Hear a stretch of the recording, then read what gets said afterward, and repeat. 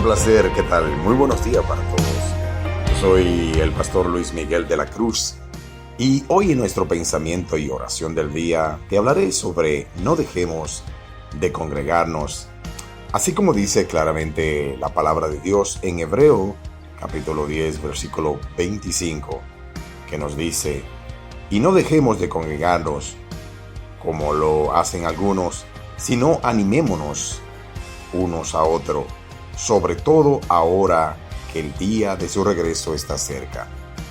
En nuestro pensamiento, en el día de hoy, te quiero hablar sobre que siempre sacamos tiempo para todo, para visitar a un amigo, familiares, o para hacer muchísimas cosas. Entre ellas, el tiempo del trabajo es tan importante.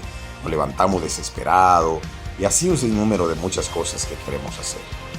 Tenemos tiempo para comer, tenemos tiempo para un sinnúmero de cosas, pero ¿cuál es el tiempo que sacamos realmente para congregarnos y buscar de la presencia del Dios Todopoderoso, el cual nosotros le creemos y amamos?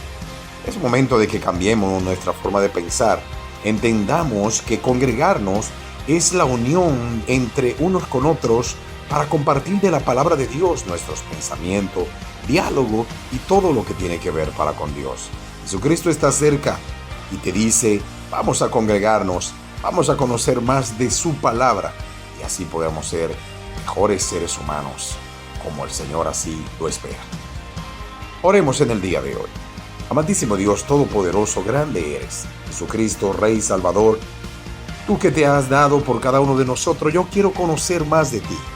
Solamente a veces tengo mis pensamientos, pero si me congrego conjunto con mis hermanos, tendré la clara mentalidad de saber que tu palabra es de gran bendición. Transforma mi vida, la vida de mi familia y de todos mis seres queridos, para que así cada día seamos más fieles a ti. Gracias, Señor, porque tú eres el Todopoderoso. Todo esto lo presentamos en el nombre de tu Hijo maravilloso, Jesucristo, nuestro Rey y Salvador, y el pueblo de Dios dice: amén. Que el día de hoy sea un día de grandes bendiciones para todos.